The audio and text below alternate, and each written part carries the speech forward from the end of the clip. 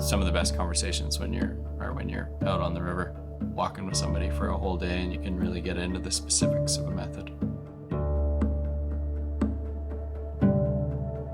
At the end of the day, red counts aren't just about population trend. They also tell us about population dynamics and the health of habitats and those habitat features that help these fish be successful in living out their life history strategies.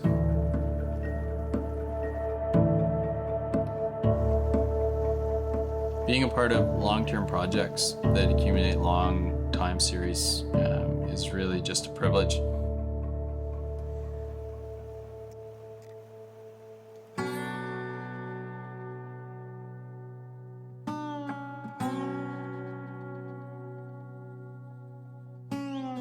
That's the thing about headwaters and bull trout spawning habitat. It's almost never right next to an accessible road. If it is, it's probably not in the best health.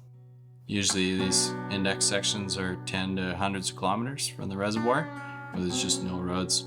So we travel as a small team to a helicopter staging area, go through a quick debrief, and then fly out to pretty remote locations.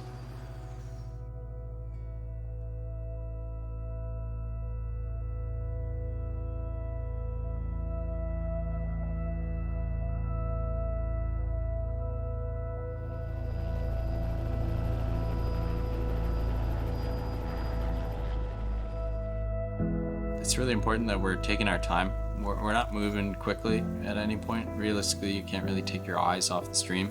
You have to be really searching the substrate really meticulously. In some cases, you can see the reds really pop, like in gravel with a lot of contrast. You can really pick out the reds, but some of the streams are a little bit more difficult. The cobble gravels can be a little bit larger, and there isn't as much contrast in the clean swept gravels as there is the rest of the stream. You have to work together to make sure that every red you're making a call on is indeed a red. It's important for the observer efficiency piece. Like, we have to reduce observer variability as much as we can, and definitely in some of these more difficult, tricky sections, we try to prioritize people with experience and just work together to make sure that we're making the right call. So as our crew, we coordinate and calibrate with each other. We often conduct replicates just to make sure we're all on the same page and everyone's seeing the same things. And generally, we consider it unacceptable to miss any red. We don't want to have any false negatives in the data set. And this is why we put a lot of emphasis on the training and mentorship program, and make sure that people who are new to the surveys are getting a lot of time on the ground with experienced people, so they can learn from them and develop their own skill set.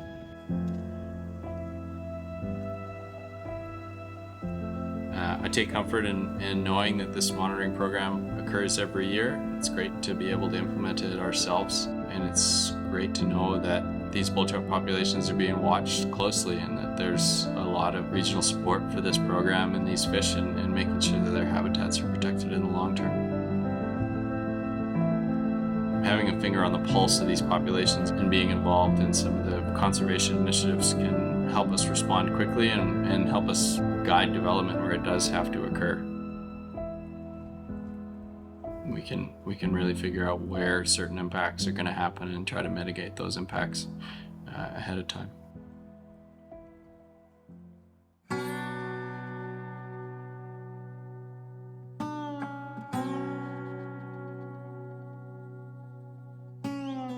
The Davis River represents one of the longest running data sets in this region.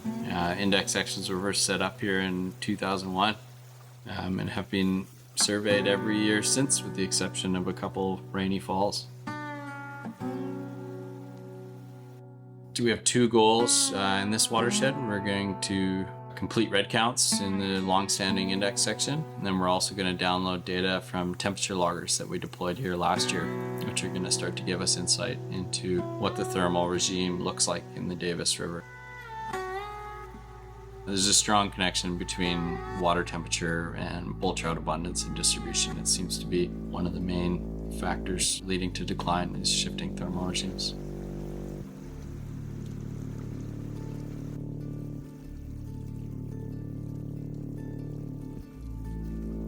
Bull trout are looking for very specific conditions of where they spawn. The site-specific conditions are really important. Females generally dig a number of test digs, which you can tell a difference between a red. They're digging around trying to find the conditions that really work for them, and that's a little bit of, they're associated with groundwater flow, really cool temperatures, so seeps, groundwater upwelling are really important. The female generally selects a site and starts building the red, and then the males will pair up with her, and they'll be there for the season together. The population in the Davis River is showing a little bit of variability over time, but more or less a stable trend.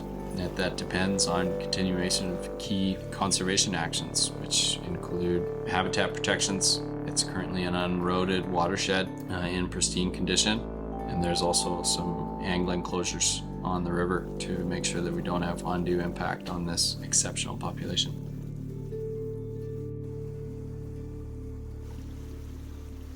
This year, Chu Cho brought along a representative of Tsay Keh Dene's lands department to do the Davis River survey.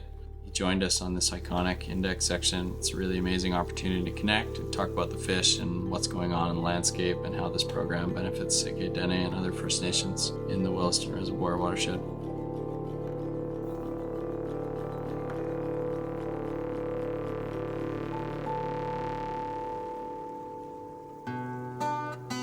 In a lot of ways, this work is enhanced by the places that you're in, the feeling of remoteness when you're there, looking up at the mountaintops and down at the bear tracks. It's a really great way to end the year.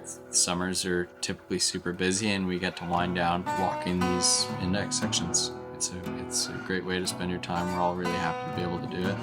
Besides being an enjoyable project and a fun thing to do, the results of this study directly inform a number of regional conservation actions.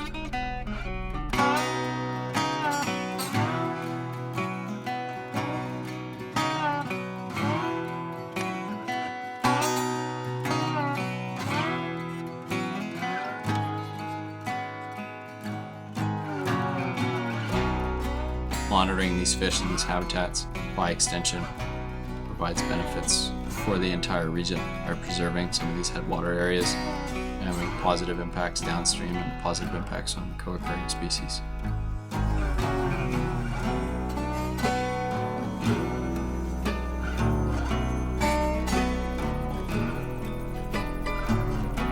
It's a pretty special project, and we're proud to have it as part of our fisheries program at Chu Cho Environmental.